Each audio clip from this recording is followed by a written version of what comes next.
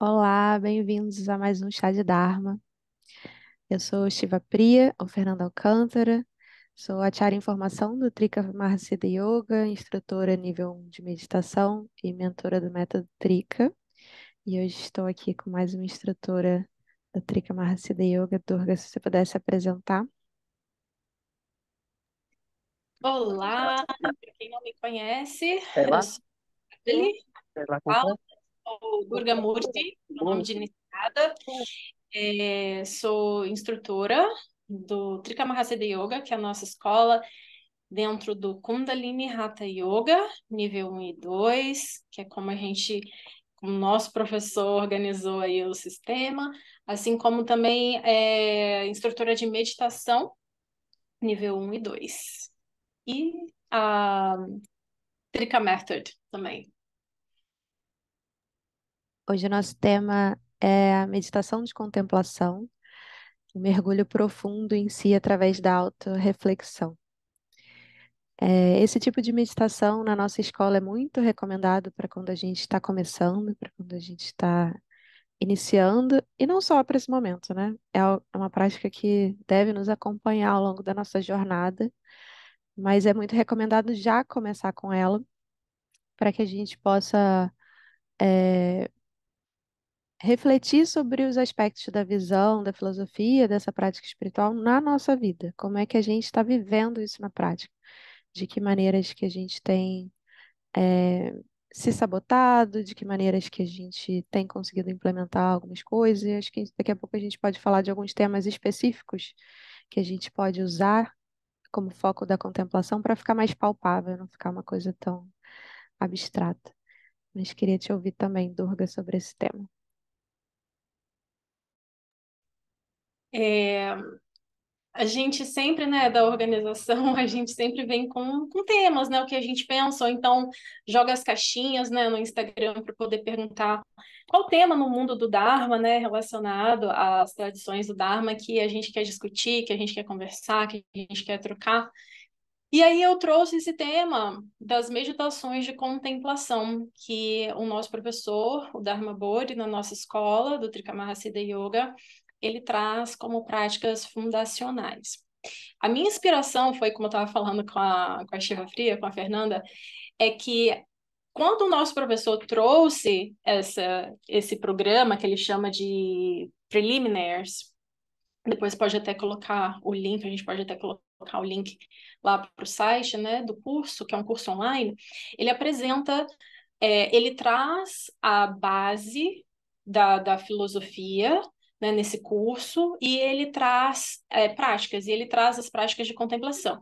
E aí, como eu estava conversando com a Shiva Priya, quando a gente entrou, quando o nosso professor trouxe esse programa, a nossa bola meio que já estava rolando e meio que teve um pouco dessa experiência de fazer esse programa, esse curso online, visando muito, pelo menos essa foi a minha experiência, talvez tenha sido da Shiva Priya também, de estudar a parte da filosofia e meio que ter as práticas de meditação, de contemplação como secundária ou terciária diante as outras práticas que a gente estava focando em fazer. E aí eu entrei num período de falar assim, eu quero dar 1000 passos para trás nas minhas práticas espirituais, nos meus estudos, eu quero preencher lacunas que talvez ficaram para trás nessa base, né, que a gente que está aqui no Chá de Dharma, a gente se interessa por esse tema da espiritualidade, e a gente entende que a fundação é muito importante, a gente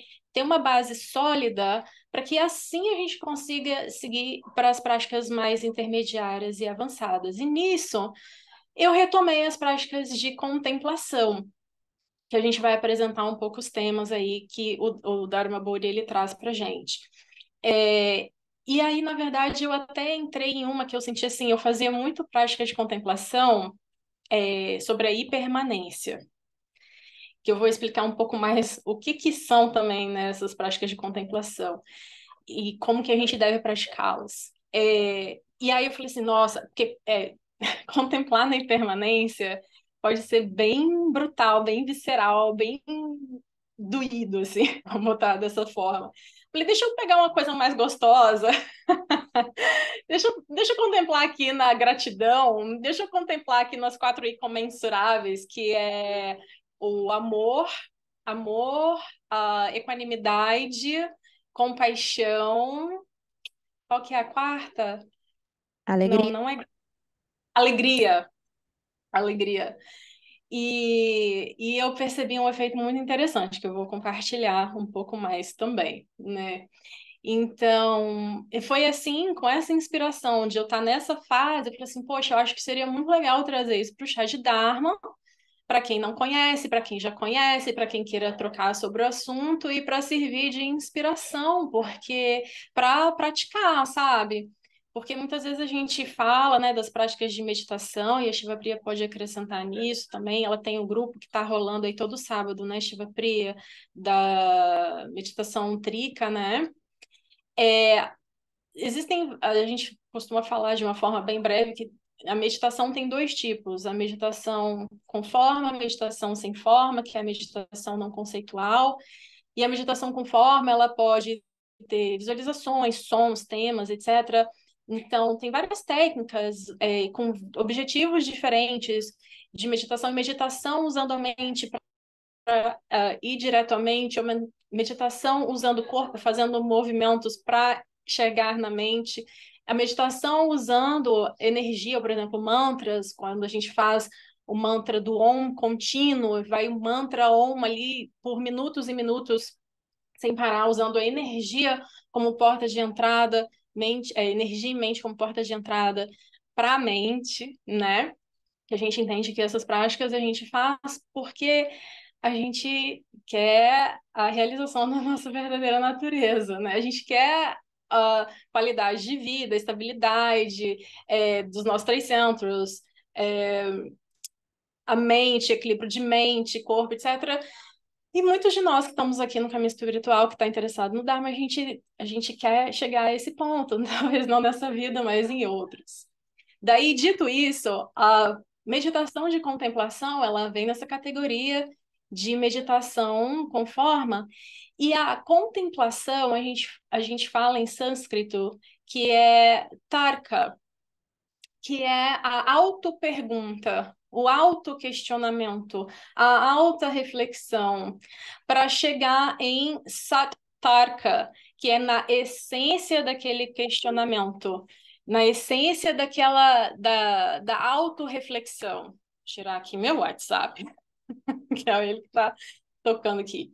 É, então, a gente tem, né, os temas e essa contemplação, ela não deve ser feita só uma coisa de pensamentos, assim, a gente quer estar sempre aprofundando mais.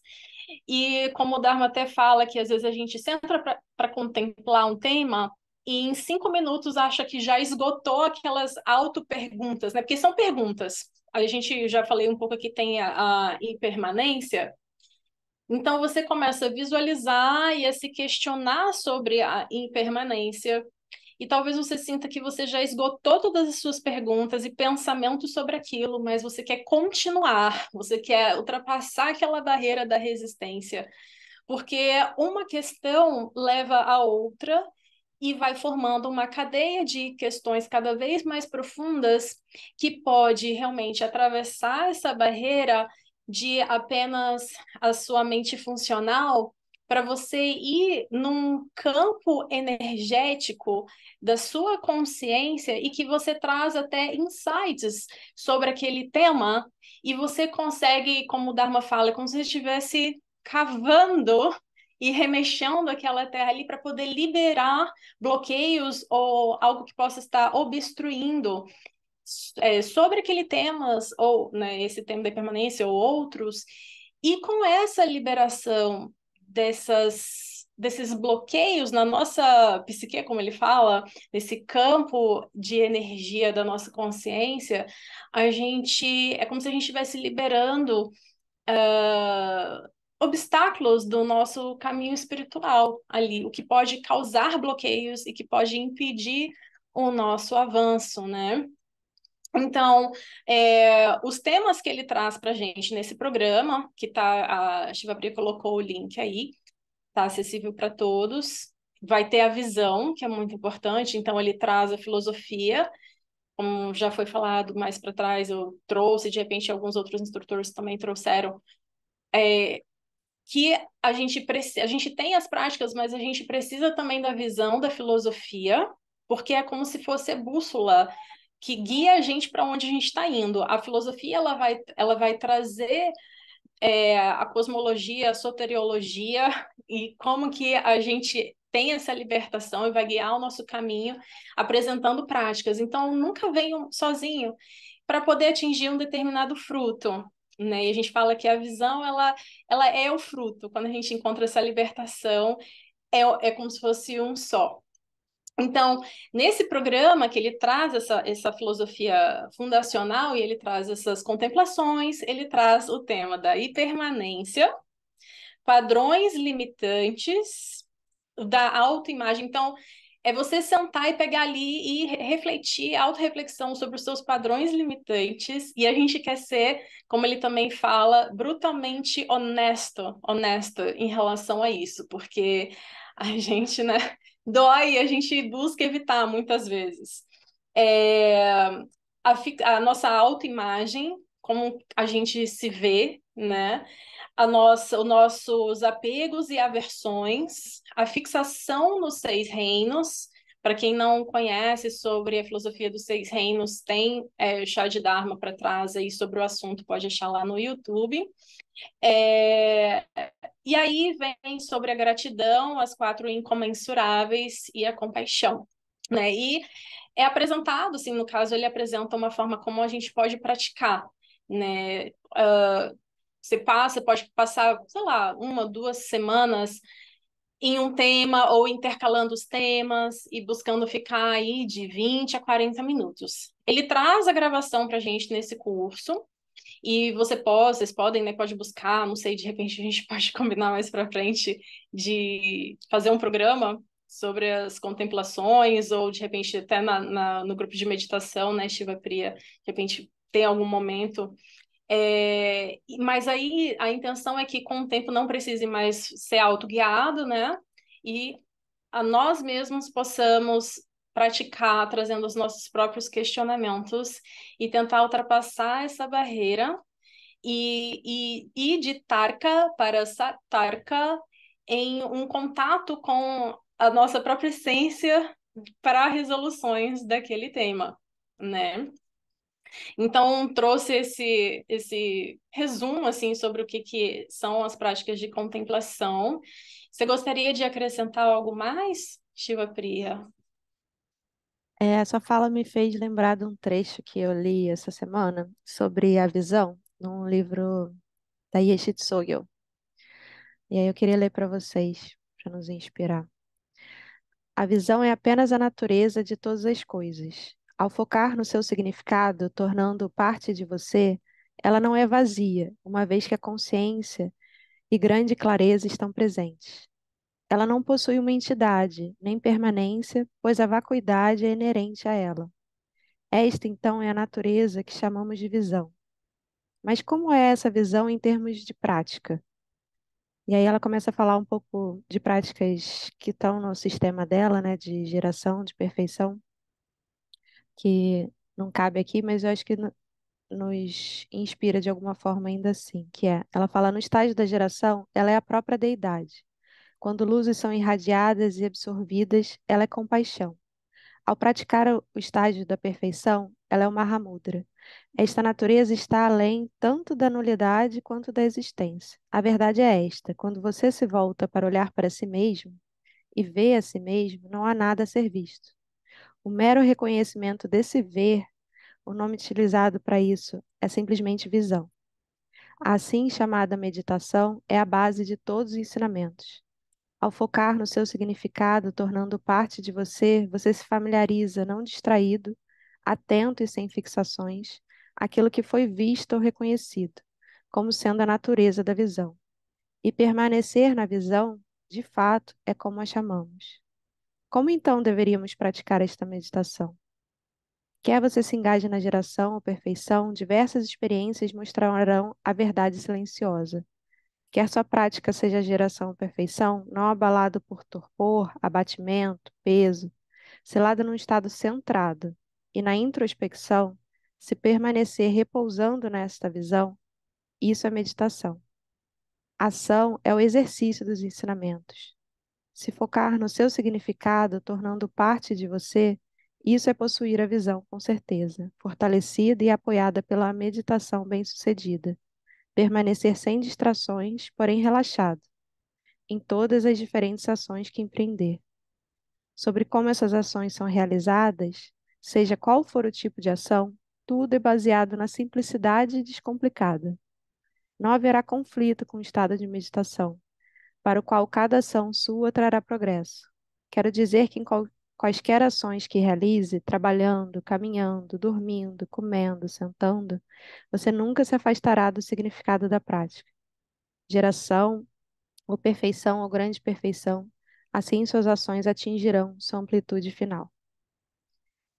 Então, ela fala sobre tanto a gente viver essa visão nas nossas contemplações, nesse mergulho em si, quanto no nosso dia a dia, em cada uma das nossas ações, né? E eu acho que ter esse pulsar de se recolher e fazer introspecção, como a gente faz nas meditações de contemplação, nos ajuda muito a integrar a visão no dia a dia, né? Então, esse pulsar entre a introspecção e a ação. E aí, eu fiquei muito fascinada com esse trecho do livro. Depois eu posso colocar aqui o nome do livro para vocês, que esse livro está em português, né? E é um dos poucos.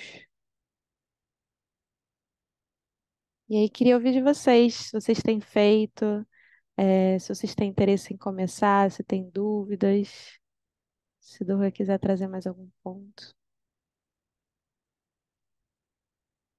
Rapidinho, Wagner. Só porque eu achei muito legal esse trecho que a Shiva Priya trouxe e o lance de levar para a vida tudo, né, a visão, e me fez pensar no caso da impermanência, né? Porque o nosso default, até nessa nossa manifestação aqui, é a gente achar que nós somos objetos sólidos e que somos para sempre, né?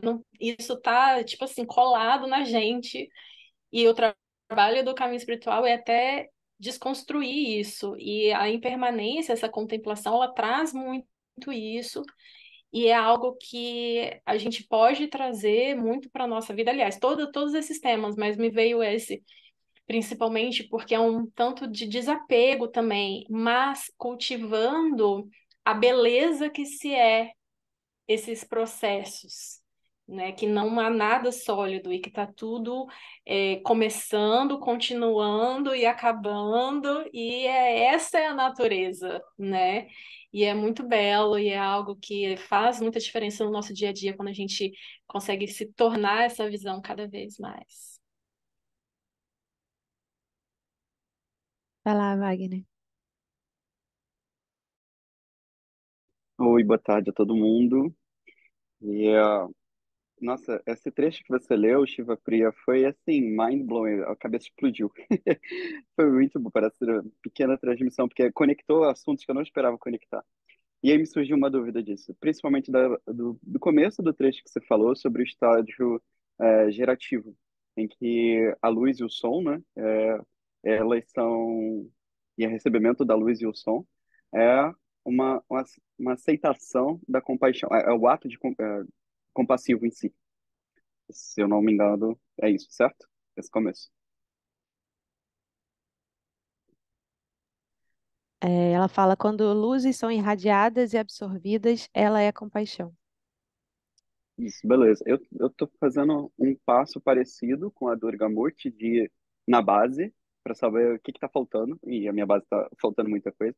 É, e aí nesse processo a gente tem a prece de refúgio na mandala, em que a gente pensa na mandala de refúgio, né, nos seres iluminados da nossa tradição, e basicamente a gente aceita, visualiza, né, que é a forma, e recebe o mantra, né, e pratica o mantra, que é o som. E aí, ou seja, aquilo em si já é a compaixão dos seres, porque a gente chama e eles vêm. E eu nunca tinha associado essa coisa, e foi o que fez esse gatilho maravilhoso. A minha dúvida em si é sobre: a gente tem como não aceitar compaixão? Tipo, a gente se fecha à compaixão? Isso é possível? Isso atrapalha a gente no desenvolvimento do caminho? E se sim, como é que a gente se abre? Não sei se me fiz claro. Eu gostaria de ouvir Durga também, mas a minha opinião é que sim, que a gente tem essa capacidade, a gente tem tanto livre-arbítrio que até de não receber compaixão, porque ela está sempre ali, né? Os seres iluminados estão sempre emanando essa compaixão. É a gente se conectar com ela ou não, né? Então, quando a gente faz essas práticas formais de visualizar e se conectar com a mandala, a gente está se conectando com essa compaixão que está sempre surgindo, sempre disponível e que a gente não experiencia por estar com essa visão mais limitada da realidade, focada no nosso mundinho pequeno, né? Na nossa novelinha pessoal, eu acho. O que você pensa, Durga, sobre isso? Com certeza, a gente está sempre em uma das fixações dos 6 reinos, né? Então, a nossa energia em potencial ilimitada, com toda a espaciosidade, infinito, sem começo, sem fim, ela está sempre ali, porém ela vem espremida, né? Comprimida e corrompida. Então, a forma como a gente experiencia, como os nossos 5 sentidos se encontram, né?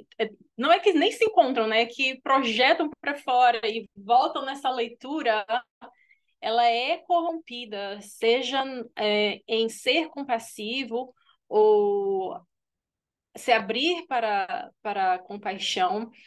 E é um tanto, assim, até puxando agora um pouco para a minha experiência com as contemplações, que eu decidi contemplar a gratidão e a forma sequencial que o Dharma fez no curso, que ele traz a gratidão antes das 4 incomensuráveis e a compaixão é por último, ele fala como ele traz essa contemplação da gratidão como um preparo, como uma ponte para o amor. Porque tem o lance da gente também. A gente não sabe o que é amor, na real. Porque o nosso amor é possessivo. Ele é aquele amor dual que vem do senso de separação que nós temos. E que a gente vai se completar com algo lá fora, né? Agora, o amor não dual, Advaita Bhavana, é o não preferencial, e ele fala que é muito difícil. E esse amor, assim como a compaixão não dual, né, eles caminham juntos. O amor e a compaixão. Então, eu creio que seja essa experiência similar e até mesmo de experienciar a compaixão, tanto da forma dual como a não dual. Então, ele traz nessa sequência esse trabalho da gratidão primeiro em estar ali contemplando a gratidão pelo nascimento humano, a gratidão pelos pais, por mais independente do que os pais foram, deixam de ser, mas está aqui, está vivo, né?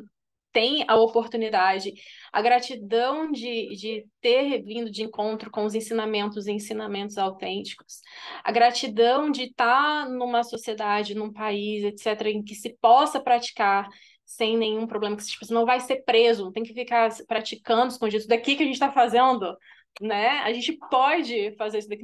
Nós somos gratos por podermos ter o chá de Dharma e termos o Kula, né? E esse desenvolver da gratidão levar para o amor e até mesmo as 4 incomensuráveis ali. E assim para compaixão. Né? E eu, por exemplo, uma coisa bem pessoal, eu sei que eu tenho muita fixação nos reinos dos demônios, dos fantasmas, como a maioria de nós, uns muitos de nós.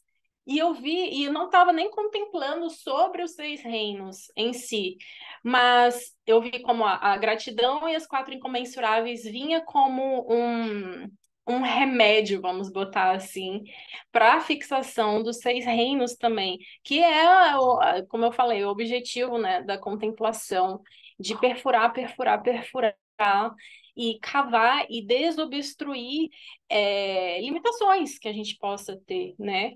Como as fixações. Faz sentido o que eu falei? Deu para acrescentar, Wagner? Ou será que não respondeu muito? Ou... Manda aí, manda. Ah, deu sim, foi ótimo. Vocês me ajudaram a conectar tópicos diferentes e assim, caraca, tava ali o tempo todo. Foi um momento de clareza, foi ótimo, muito obrigado.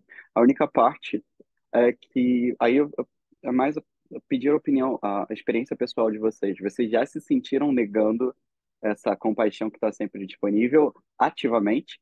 Ou só nesses momentos em que vocês se veem talvez preso num dos reinos, ou como a Shiva Priya disse na própria novela Eterna? E se sim, ah, eu acho que eu tenho a resposta, mas eu quero ouvir. Como é que vocês se abriram de novo para a compaixão? Se eu entendi bem, que a Durga acabou de falar, a gratidão é uma das maneiras.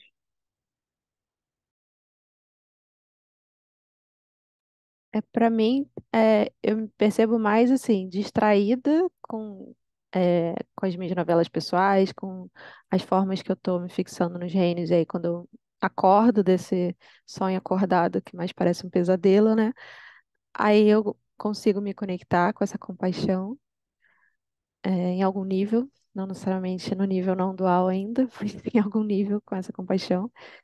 E do que ativamente me perceber bloqueando, assim, né? É mais, pelo menos na minha experiência até o momento, é mais dessa distração ou dessa projeção de alguma distorção da realidade. A não ser, talvez, quando a fixação é mais no reino do inferno, assim, que não é uma das minhas favoritas, mas acontece de vez em quando, é, aí tem mais uma alimentação de se separar, né? Eu acho que é o reino que a gente alimenta isso de forma mais ativa, essa sensação de separação e, dos fantasmas, o segundo, assim, que eu diria que vai nessa direção, porque é a sensação de que a gente está desconectado e que falta algo, como se a gente não tivesse pleno, que precisava de algo de fora, essa visão muito dual, né? Que nos impede de receber essa compaixão e nos impede de ser a compaixão, né? Porque a compaixão é quem a gente é na nossa natureza. E a gente fica tão perdido nessa visão pequena da gente mesmo, da realidade, que a gente não sente, não expressa essa compaixão que já é a nossa natureza, mas que fica encoberta por todos esses véus, né? Então, para mim, tem sido muito o processo de reconhecendo que é um véu e tirar, e tirar, e tirar.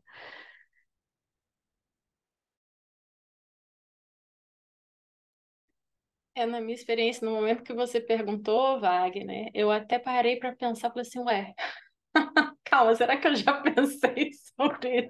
Tipo, eu tô sempre tão preocupada em estar numa posição de ser compassiva, que é a reflexão, né? O tipo, de estar aberta com paixão. Mas eu creio, e até um momento bem vulnerável se abrir para falar sobre isso, eu acho que eu nego bastante. Não aceito, não. Eu acho. Porque uma das minhas maiores fixações é no reino dos demônios. Então tem muito aquela sensação de que é um padrão de achar que não é merecedor, que tem muito. É, é forte o que eu vou falar agora. Não é necessariamente a minha experiência, a palavra é forte, mas em geral, o sabor, né, de um desses seis reinos, que é o ódio de si. É um ódio de si, uma raiva de si. Então, se você não consegue ter aquela autocompaixão consigo, né? Aquele amor, aquele carinho, aquela coisa por si, né? Então, tá aberto isso em relação aos outros é muito difícil. O que me faz lembrar um exemplo, uma história, na real, que o Dharma já contou sobre isso, de uma aluna que tinha uma fixação realmente muito forte no Reino dos Demônios e ela não conseguia receber elogio. Ela fez uma linda apresentação, não sei assim, os detalhes, não sei se era algo de dança e tal. Foi até uma coisa interna de Kula, vários anos atrás. Ele conta isso em algum dos cursos. E todo mundo elogiando, elogiando, e ela brigando, porque achava que estavam zoando da cara dela, que estava justamente o contrário, né? Então, eu creio que existe muita resistência da minha parte, na minha experiência pessoal, de aceitar essa compaixão, de estar aberta, até mesmo a dual, né? Quiçá não dual, quem sabe, pô, não dual vai achar que te pata, né? Mas é muito sutil. Então, eu acho que é algo assim que você trouxe, que eu acho muito pertinente, porque, né, do tema até, da autorreflexão, e é difícil de enxergar essas coisas. Tem que realmente, sabe, trazer e contemplar, e se questionar, e se abrir, e deixar florescer, né?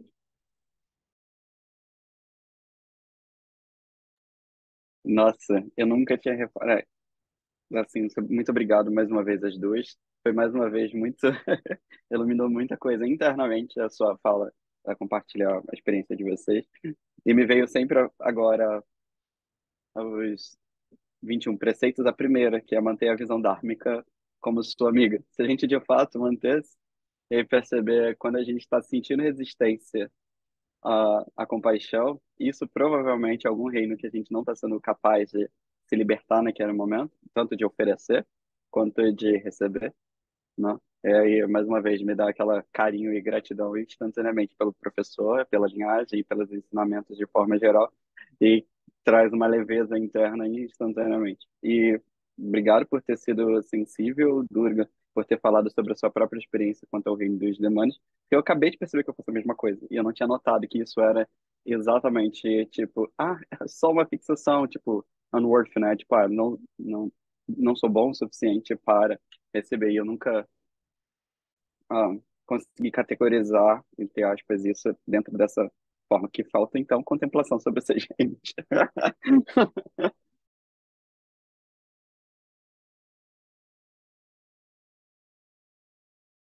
Eu acho que a contemplação dos seis reinos, e quem tiver que não tem esse conhecimento, volta lá no chá de Dharma antigo para poder ver ou pesquisar sobre o assunto, para poder entender um pouco mais. Até quem for assistir, quem estiver assistindo, né, a gravação desse chá de Dharma, a contemplação dos seis reinos, para a gente conseguir se enxergar em cada um desses padrões, uns mais fortes, outros mais leves. Nossa, tipo assim, é um outro nível de vida. Leva a gente para um outro nível, porque a gente consegue se enxergar muito mais. E como nós somos relacionamentos, né? Nós somos relacionamentos com tudo, eu sempre falo isso. E aí a nossa vida ela melhora, porque a gente consegue se enxergar melhor e consegue enxergar melhor os outros. E aí vem a compaixão. A gente consegue. Eu também nesse processo aí, ó, tô tendo uns insights também. Talvez eu tendo esse processo, né, que a gente vai se abrindo e a compaixão ela vai se desenvolvendo, né? Tô achando que a gente está aqui numa contemplação em grupo. Alguém mais gostaria aí de compartilhar?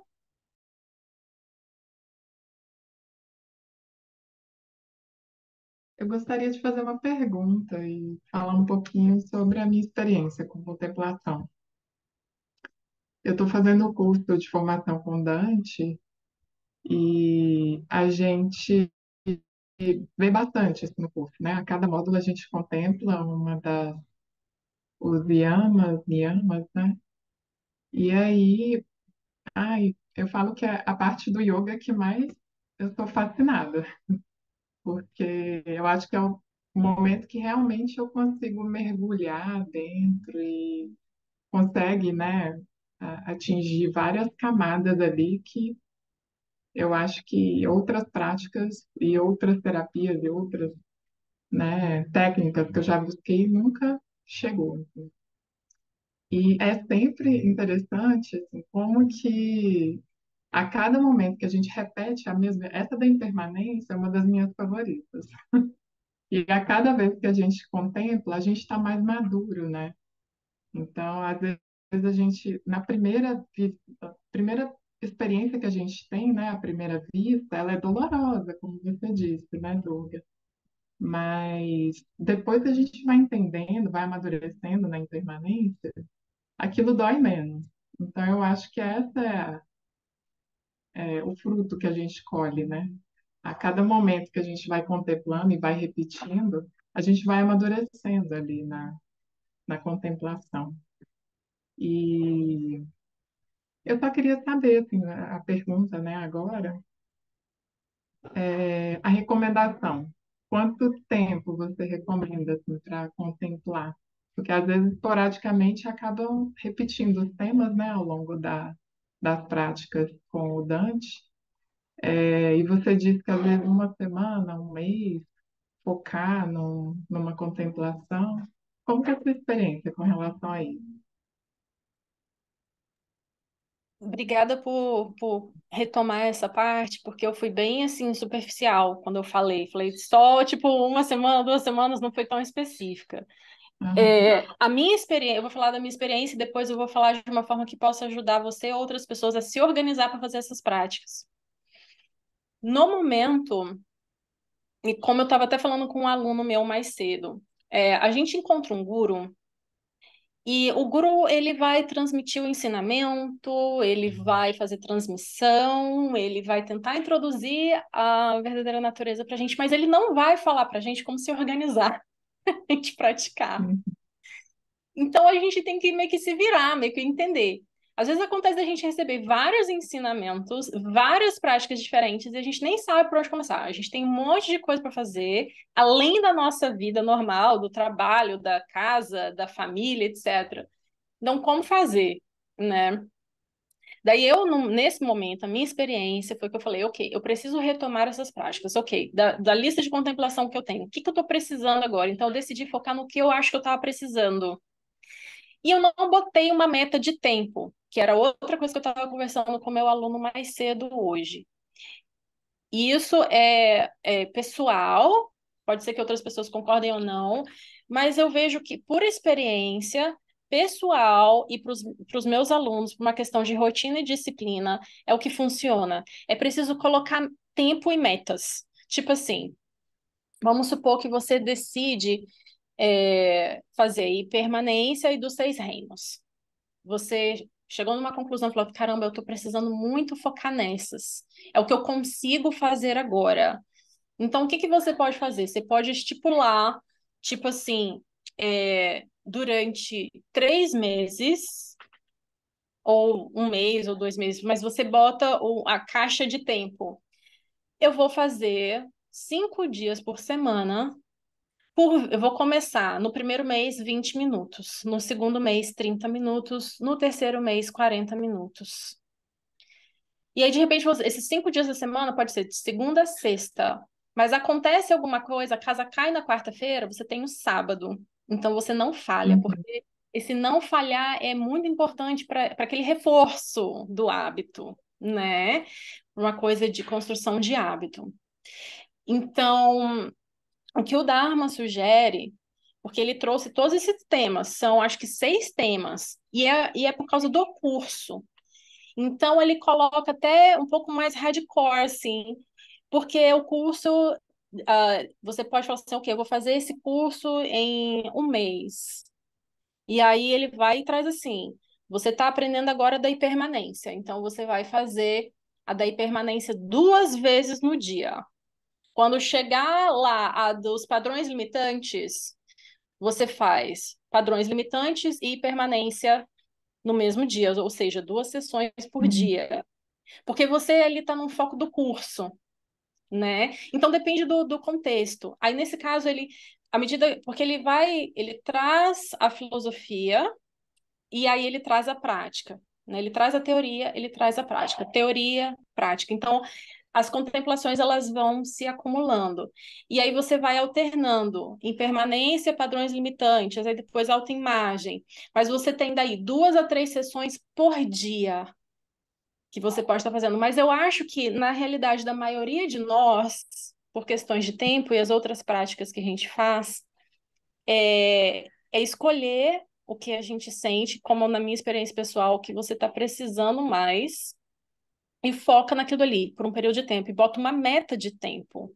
Porque aí você não vai terminar nem antes demais, e nem vai se perder a ponto de que aquilo dali perde a força. porque chega um momento que é necessário mudar, né? É necessário rotacionar. Então, essa seria assim a minha sugestão. Faz sentido? Ficou alguma dúvida? Faz sentido mesmo, era só para entender, assim, que realmente acho que a gente tem que contar com a nossa intuição e estabelecer metas plausíveis, né? Porque também não adianta falar que eu vou fazer 1 hora de meditação por dia se eu não tenho esse tempo disponível, né? Começar aos pouquinhos. E mais importante do que até assim, a duração que a gente acha que deve ser, é durante a duração que a gente tem, a gente conseguir realmente estar ali. Ou seja, a intenção, que a gente também fala, o Dharma fala para gente, da frequência, intensidade e duração. Então, a frequência ela precisa existir, que é a constância, né? E a constância, ela é mais importante, tipo assim, 5 minutos.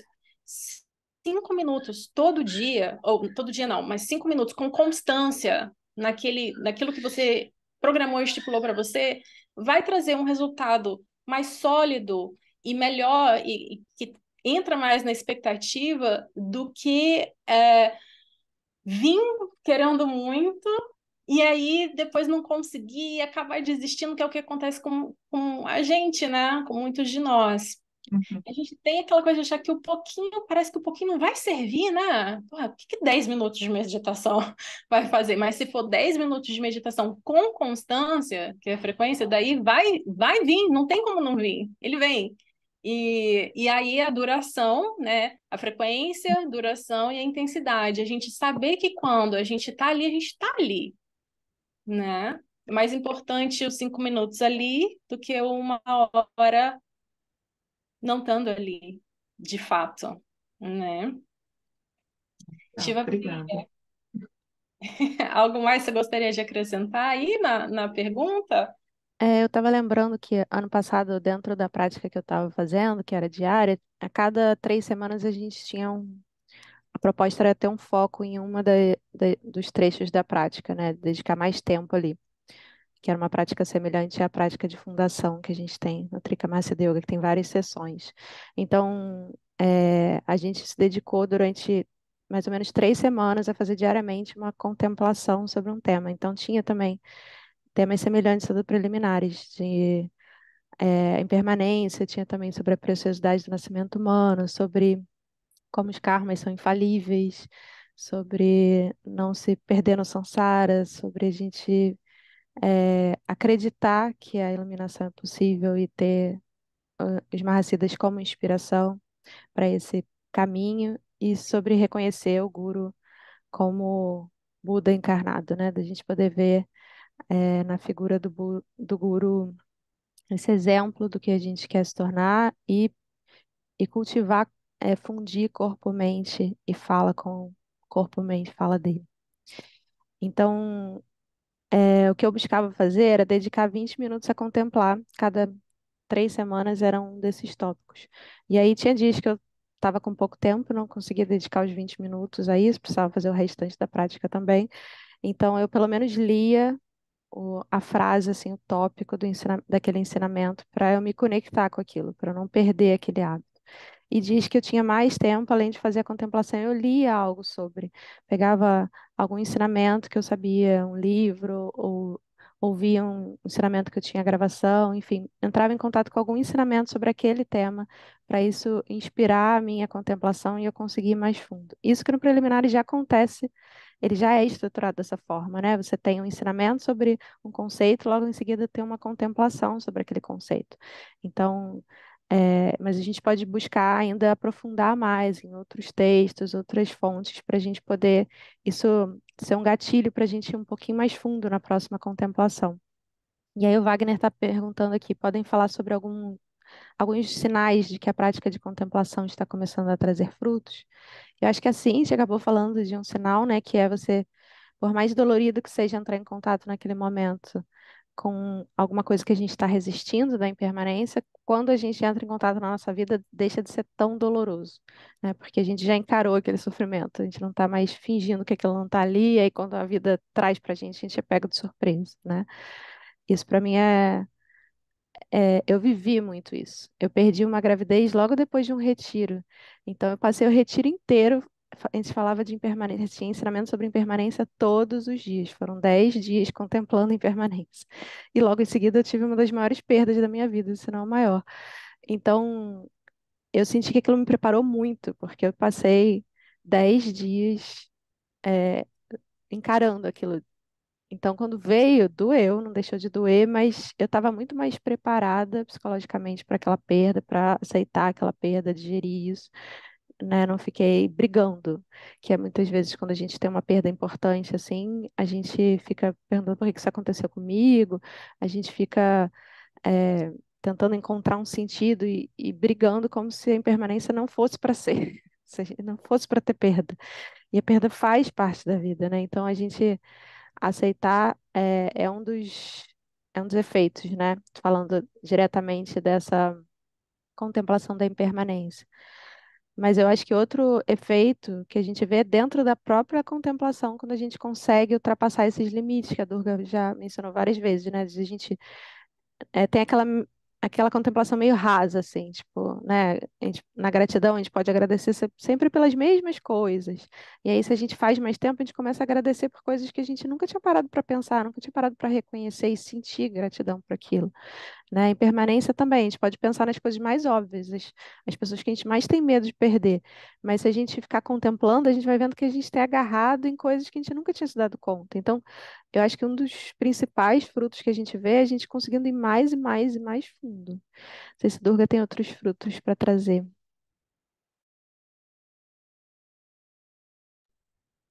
Eu acho que eu tenho que praticar um pouco mais, mas eu já consegui perceber assim um alívio nessa fixação dos reinos, do reino dos demônios, assim, uma abertura maior, enfim, mantendo em segunda atenção durante o dia e se vendo, né, naquela fixação ou não, e conseguindo invocar o resultado, vamos botar assim, o resultado da contemplação sentada no dia a dia, né, é algo que eu tenho observado, assim, é, nas quatro incomensuráveis da alegria, da equanimidade, da compaixão, eu sempre esqueço uma. Alegria, compaixão, equanimidade. Isso me fugiu agora. Compaixão Amor? ou amor. Enfim, Bondade, amor. mas eu vi assim, perdão, sabe? Perdão ou desapego de situações, conseguir abrir mesmo o coração para aquela alegria, para aquela equanimidade, para estar ali com aqueles sentimentos, né? Meio que uma sensação de cura, assim, de perdão, né?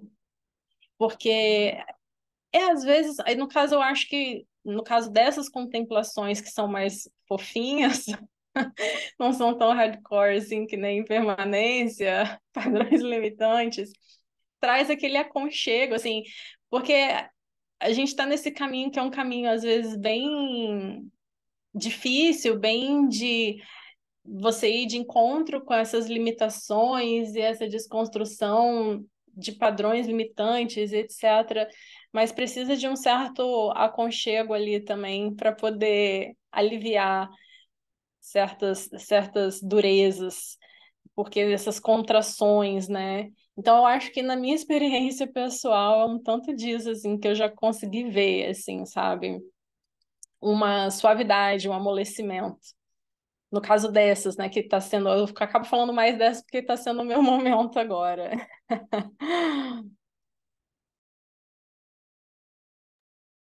Muito bom. Alguém tem alguma questão final? Algum tema que vocês gostariam de abordar nos próximos? Diga, Wagner. Seja breve, que a gente está terminando. Só um follow-up. É, claro. Só um follow-up. Então, como aconteceu agora na nossa conversa, a oração que eu faço constantemente todos os dias, surgir na minha mente no momento adequado, isso pode ser considerado um bom sinal de que o acúmulo de repetição da oração está trazendo um sinal positivo, ou pensar sobre a impermanência em momentos em que você não está fazendo uma prática dedicada pode ser considerado um sinal de que está começando a entrar no meu, o que antes não estava no meu streaming da mente, né, no meu campo de consciência, agora começou a aparecer. Isso seria um sinal para vocês? Eu creio que sim, né? É um tipo de resultado, tá fazendo um efeito ali, né? Igual a história que a Shiva Priya contou, né, dela, da contemplação da impermanência, e quando ela se viu numa situação de perda muito grande, aquilo dali estava ali nela, né? Então vem, tá na gente, vai para as nossas células ali, né? A gente vai se tornando aquilo. Eu creio que muito o que é resultado de prática é isso, a gente vai se tornando aquilo, vai transformando, a gente vai vendo aquela transformação. Onde a gente vê aquela transformação no nosso dia a dia, nos nossos relacionamentos. Eu acho que relacionamentos, o feedback das pessoas é muito importante, daqueles que nos conhecem mais, é muito importante como uma régua de measurement para medir onde que a gente está e o quanto a gente já conseguiu transformar, né? Você lhe trouxe uma questão aqui. Em quais circunstâncias as pessoas resolvem buscar o caminho da meditação? Uma descrição sobre os perfis que vão atrás desse caminho. Eu estou num luto de uma perda, morte, mas há dias venho atrás tentar descobrir os turbilhões de sentimentos que ando sentindo. Sinto muito pela sua perda, Celi. É um momento que a gente fica muito vulnerável, né? E, e muitas vezes é isso que faz a gente buscar um caminho. Mas eu acho que não existe uma fórmula de perfil, assim. Cada um vai buscar por diferentes razões, cada um vai ter suas motivações diferentes para buscar o caminho da meditação. E aí queria entender se você fala o caminho da meditação de uma maneira geral, assim, ou se é o caminho da meditação dentro do Trikamahasida Yoga, porque a gente tem 5 caminhos de prática espiritual diferentes dentro do Trikamahasida Yoga e o caminho da meditação é um deles. Não sei se você está falando disso especificamente ou do caminho de meditação de uma maneira geral, se você puder acrescentar. Mas eu acho que parece que você vem fazendo assim as suas próprias contemplações, né, de poder lidar com esses sentimentos que têm surgido, porque muitas vezes a gente quer fugir do que a gente está sentindo, quer não sentir, e isso não nos ajuda a superar esses sentimentos difíceis. É muito mais estar com o que a gente está sentindo é que vai fazer a gente processar esses sentimentos até o final e conseguir superar a perda, né? Então, me parece que você já vem fazendo isso na sua própria experiência. É, não sei se Durga gostaria de acrescentar algo sobre essa questão que você lhe trouxe. Sobre a parte do que leva as pessoas a buscarem o caminho da meditação, ou qualquer caminho, ou espiritualidade, é o sofrimento. Independente de qual for, há muito essa conversa assim no caminho, né? O que desperta a pessoa para poder entender, ou sei lá, buscar uma solução, ou encontrar algum refúgio, ou porque há uma relação íntima com o sofrimento. A pessoa consegue perceber o quanto sofre, seja qual for o tema ou a história, né? Então, geralmente, pessoas que buscam um caminho espiritual, seja o da meditação, ou seja ele qual for, está muito relacionado ao sentimento de sofrimento, né? E a desejo de entender, aí já com as minhas palavras, o que é isso tudo, né?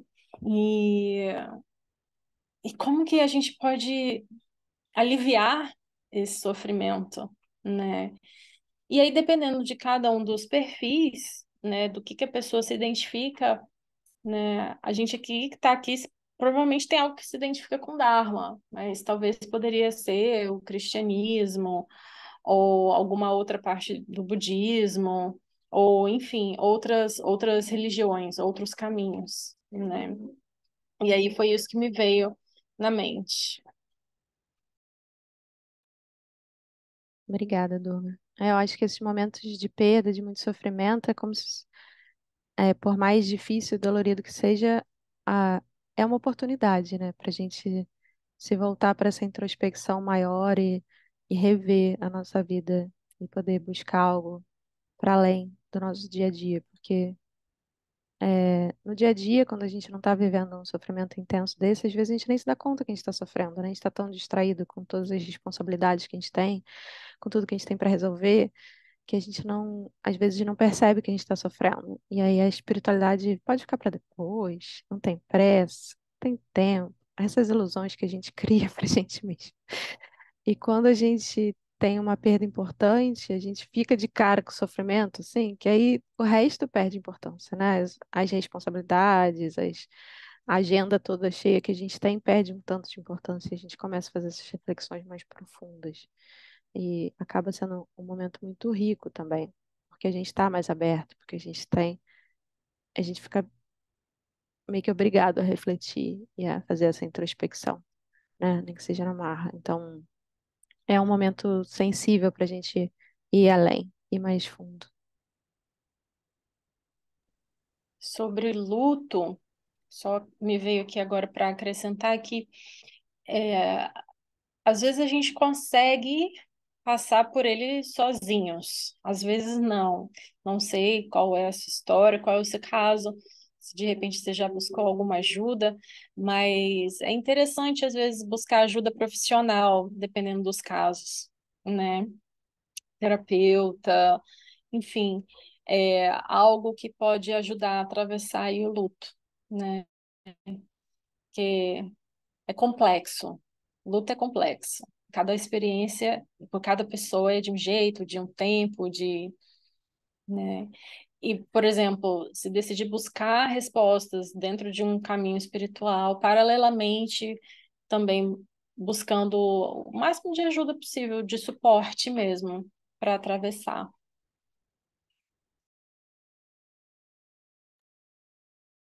Obrigada, Durga, pela sua participação e de todos vocês, que as perguntas que vocês trazem vai deixando a troca mais rica, né? É, mandem temas que vocês gostariam que a gente trocasse nos próximos, que a gente quer fazer os encontros terem sentido para vocês, apoiar vocês no momento da jornada que vocês estão. E a gente tem sábado, todo sábado às 9 horas, a meditação online. Esse sábado é só Ellen que vai conduzir. A gente vai se revezando, cada sábado é uma instrutora. E segunda que vem a gente tem chá de Dharma às 4 horas. Então a gente se vê. Vamos tirar uma fotinha? Se vocês quiserem abrir a câmera.